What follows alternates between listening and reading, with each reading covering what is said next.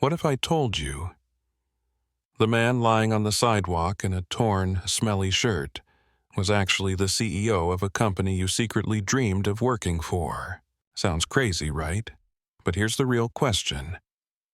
If you saw someone poor, weak, and invisible to the world, would you stop to help, or would you look away just like most people do? A psychology study from Princeton found that most people decide in just 0.1 seconds whether someone deserves help, and over 70% of the time we judge based on appearance alone. So, what happens when life flips the script? When the one you ignored turns out to be the person with the power to change your future? This story is about a girl who didn't have much, no fancy degree, no designer clothes, no connections, but what she had was a good heart. And she gave it freely. No expectations, no hidden agenda.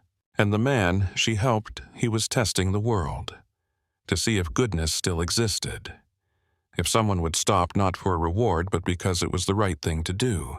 What happened next? No one saw it coming, not even her. So, buckle up, because in the next few minutes you'll walk through a story of kindness, betrayal, hidden power, and the twist that brought it all together. By the end of this story, you might just question how you've treated the strangers in your life. Let's begin. Lina had $3 left in her pocket. She didn't know if it would be enough for the bus ride back home or for a simple meal after the job interview she was headed to. But she didn't care. Not yet.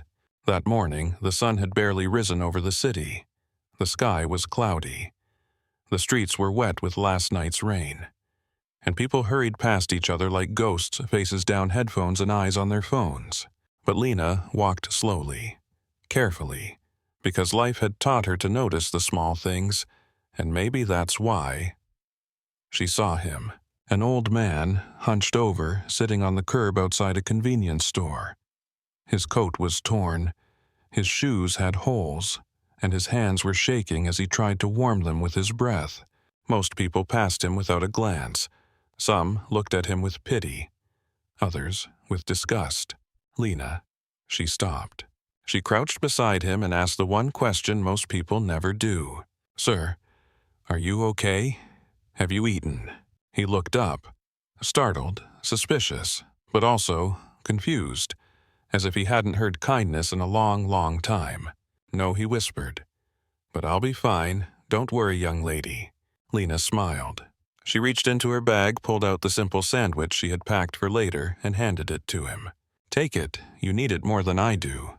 The man hesitated. "But don't you have a job to get to?" Lina nodded.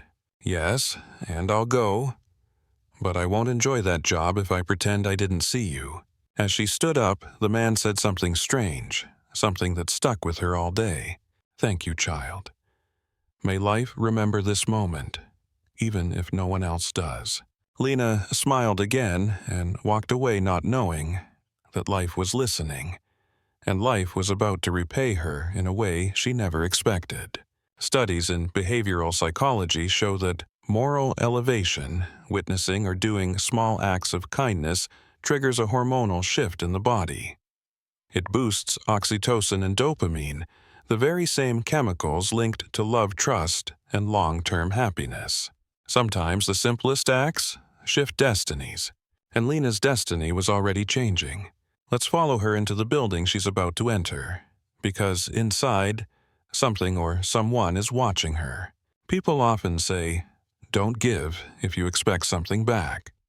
But the truth is, most people do expect something, gratitude, recognition, a thank you, at least. Lina didn't. After handing her only meal of the day to a stranger, she didn't wait to be praised. She didn't take a selfie. She didn't even post a quote about kindness on social media. She simply moved on, and that's what made it beautiful. The man she helped, still sitting in that cold street corner, watched her walk away, quietly stunned. She never asked for his name. She never even looked back. Kindness, without attention, he whispered to himself, is the rarest kind. That day, Lina walked into the corporate building where dozens of others were also applying for the same assistant role. Her blouse was neatly pressed, but a little faded.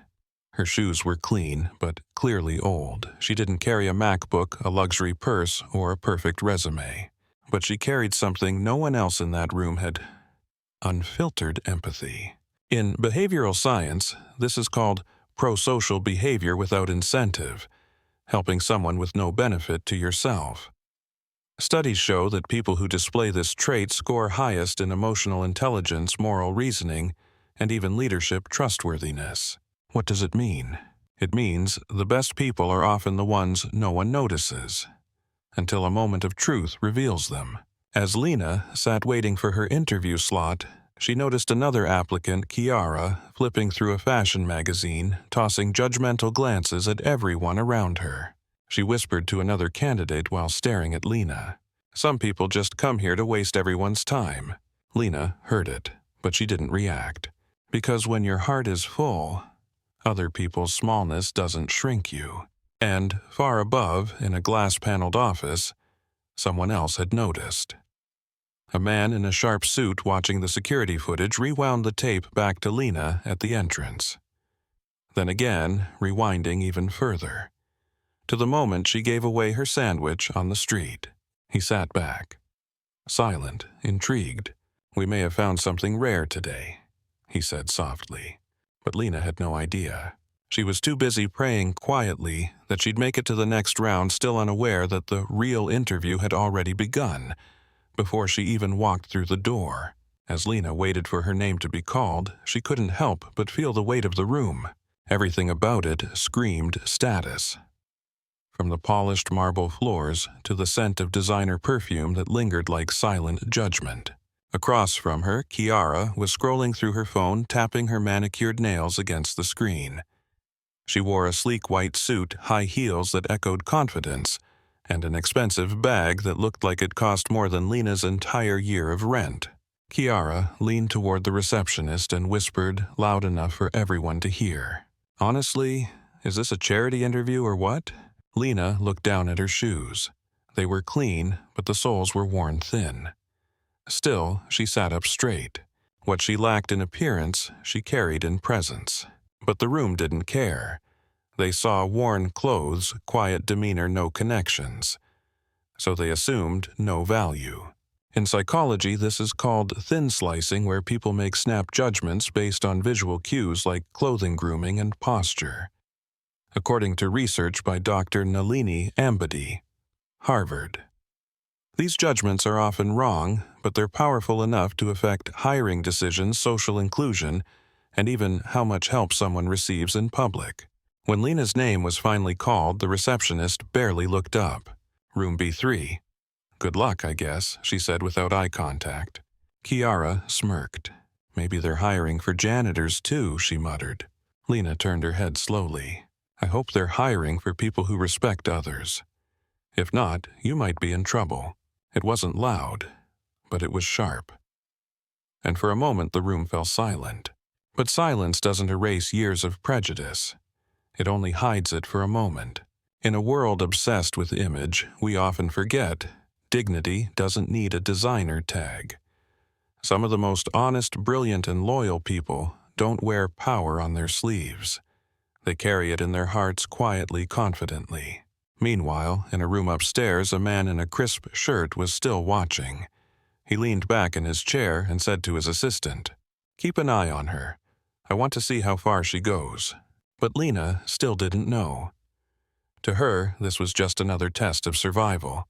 Little did she know every pair of judging eyes around her would soon have to look up. Lina stepped into the second waiting room. The first round of interviews was being held here by a mid-level manager. The air was cool. The walls were sleek, and the silence was thick. Near the corner, a delivery worker had accidentally knocked over the water dispenser. Plastic cups were scattered. Water pooled across the marble floor. He was frantically wiping the mess with paper towels from his pocket, stammering, "I'm so sorry, I didn't mean to. I'll clean it up." A uniformed security guard nearby began yelling, "Do you know where you are? This isn't the market." Pathetic, useless. No one moved. People glanced over, then looked away. Everyone stayed seated, except Lina. She walked toward him without a word, bent down, and started picking up the cups. "Here," she said, gently offering her own tissues. "You don't have to do this alone." She got her shoes wet. Her interview clothes wrinkled. She didn't care. Then she turned to the guard, not rudely, not loudly, but with steady eyes. He apologized. And he's fixing it. Maybe the rest of us should fix how we're watching this happen like it's entertainment. The room fell still. Even the manager conducting interviews paused his typing. In a Yale study on leadership and hiring behavior, researchers found that empathy and fairness in unexpected moments were more predictive of long-term team success than technical skills or experience. Why? Because what people do when no one's watching tells you who they really are. Meanwhile, upstairs in a soundproof office, the hidden observer, the CEO, disguised as a department head, was still watching through the surveillance feed. He leaned closer, pressing pause on the moment Lina handed over her tissues. She didn't know anyone was watching, he said, but she still chose what was right. We live in a world where people polish their LinkedIn profiles more than their values. But real character doesn't need lighting filters or applause. It reveals itself when no one's clapping. Back in the room, Kiara rolled her eyes and smirked. Is she applying for assistant or saint of the year? Lina heard it, but she didn't turn around. She didn't need to, because kindness that's real doesn't need defense. Suddenly, the office speaker buzzed. A calm voice said, "Candidate Lina, please proceed to the 10th floor. You're requested upstairs." Everyone looked up. Only Lina stood. She didn't know it yet, but that one quiet act of compassion had just opened a door most people never even see. When Lina stepped out of the elevator onto the 10th floor, she expected another interview room, maybe a stricter interviewer or more competition. Instead, she found only one person, a man in simple clothes, no suit, no tie, no shiny Rolex. He looked up from his laptop and smiled gently. "Hi, Laya. I'm Daniel. I help shortlist candidates for the executive team." Lina blinked. He looked young to be that senior. His shoes were dusty. His desk was oddly minimal. But something about him felt calm, present, genuine. "Have a seat," he said. And just like that, the most important conversation of her life began, though she didn't know it yet. Daniel didn't ask for her GPA. He didn't ask why her resume looked so plain. He asked one question. "If I told you the company you work for would never make you rich, but would make your soul richer, would you still want to be here?" Lina paused. "Yes. I want to work somewhere that values people over titles. I've been poor all my life, but I've never been cheap with my integrity." Daniel leaned back. A hint of something amusement passed through his eyes. He nodded slowly. That's rare. They talked for nearly an hour. About dreams, about pain, about how the world treats people who don't fit the mold. Daniel never mentioned he was the CEO.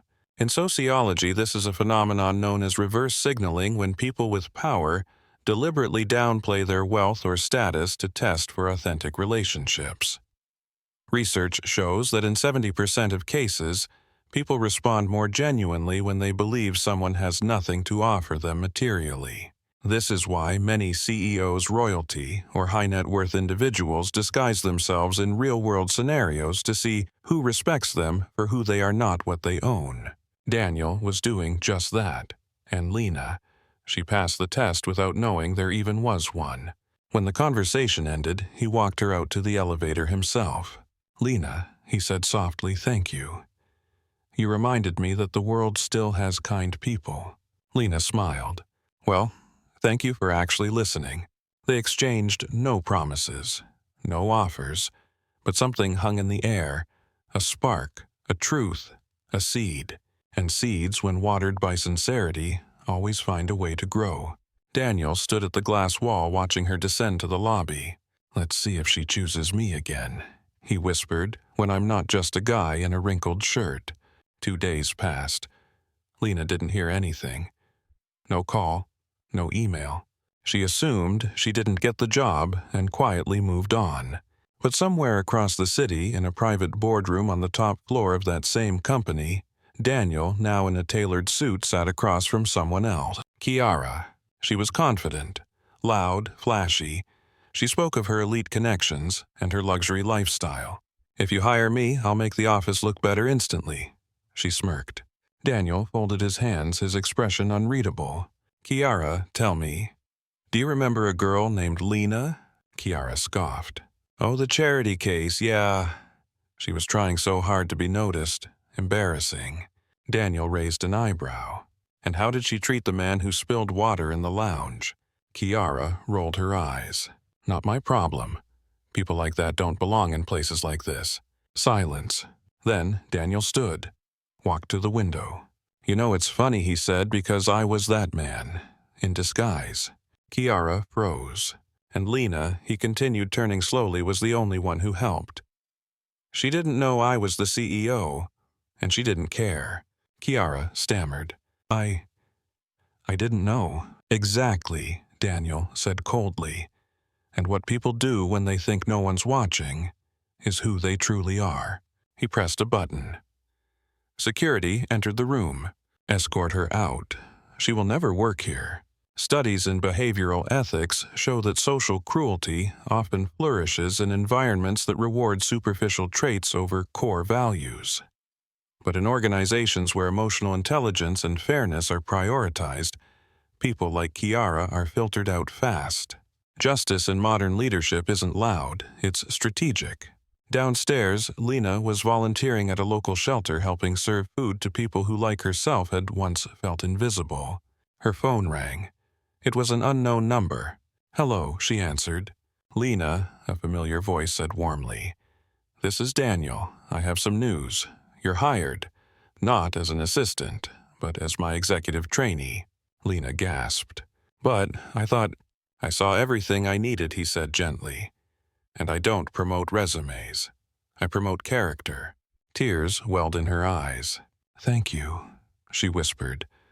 "I didn't do anything special." "You did," Daniel said. "You treated people like humans.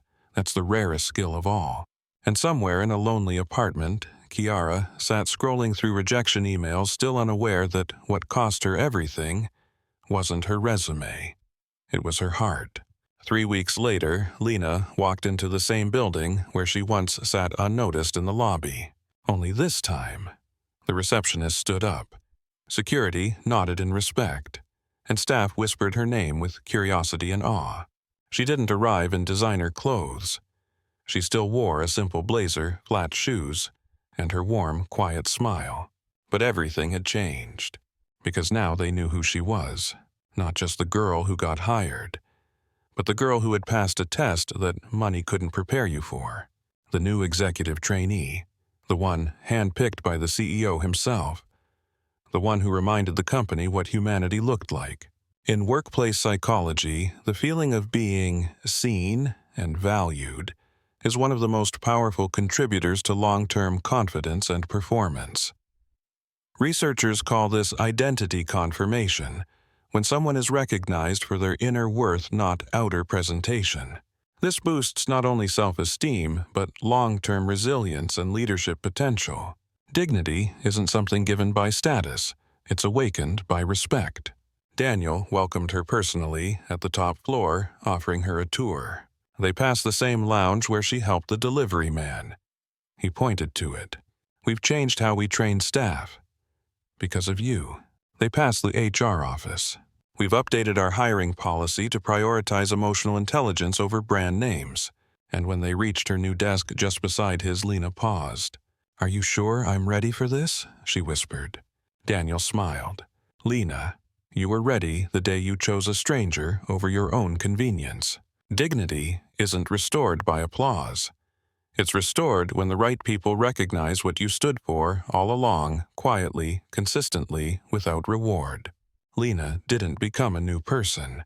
She simply became seen for who she already was. That evening, she visited the shelter again, wearing her new ID badge, still bringing extra food. The same man she once helped on the street looked at her stunned. You're the one who gave me your lunch." She smiled. "Yes, and I'll do it again tomorrow. Because titles don't change hearts, they reveal them. And as the sun set, Lina stood a little taller, not because she now had a better job, but because for the first time in a long time the world mirrored back the truth she had always carried. I am worthy. I have always been worthy. So what happened to Lina? She didn't just get a better job. She didn't just get promoted. She became a mirror, a reflection of the truth that many of us carry but are too scared to believe, that kindness matters, that being a good person isn't weakness, that dignity can survive even when no one applauds it. Her story reminds us that you don't have to be rich to be valuable. You don't need a title to be respected. You just need courage to stay kind in a world that often punishes softness. Because sometimes life is watching, and the test is quiet. In neuropsychology, acts of kindness activate the brain's reward system more deeply than receiving rewards ourselves. This is known as the helper's high phenomenon, where giving strengthens emotional regulation, builds resilience, and even reduces anxiety. In short, kind people aren't just better, they're also stronger. And in Lina's case, she didn't just get the job. She got something bigger. She got seen. By the right person. For the right reasons. And she never had to change who she was to deserve it. Maybe you've been overlooked. Maybe you've been judged by how you look, what you wear, what you lack. But here's the truth no one told you. You don't need to prove yourself to people who can't see your worth. You just need to keep being you and walk through life with the quiet power of someone who knows the right door will open for the right heart. If this story moved you even just a little, if you've ever been Lina or known someone like her, comment below with the word worthy to remind someone else that they matter. Share this video with someone who's doubting themselves right now. And don't forget to subscribe because we're building a space where real hearts are celebrated, not for their labels, but for their light. Thank you for watching. And if today was hard, just remember, the world is full of loud, shiny things. But the quiet ones, the kind ones, they're the ones who last. Stay kind, stay human, stay seen.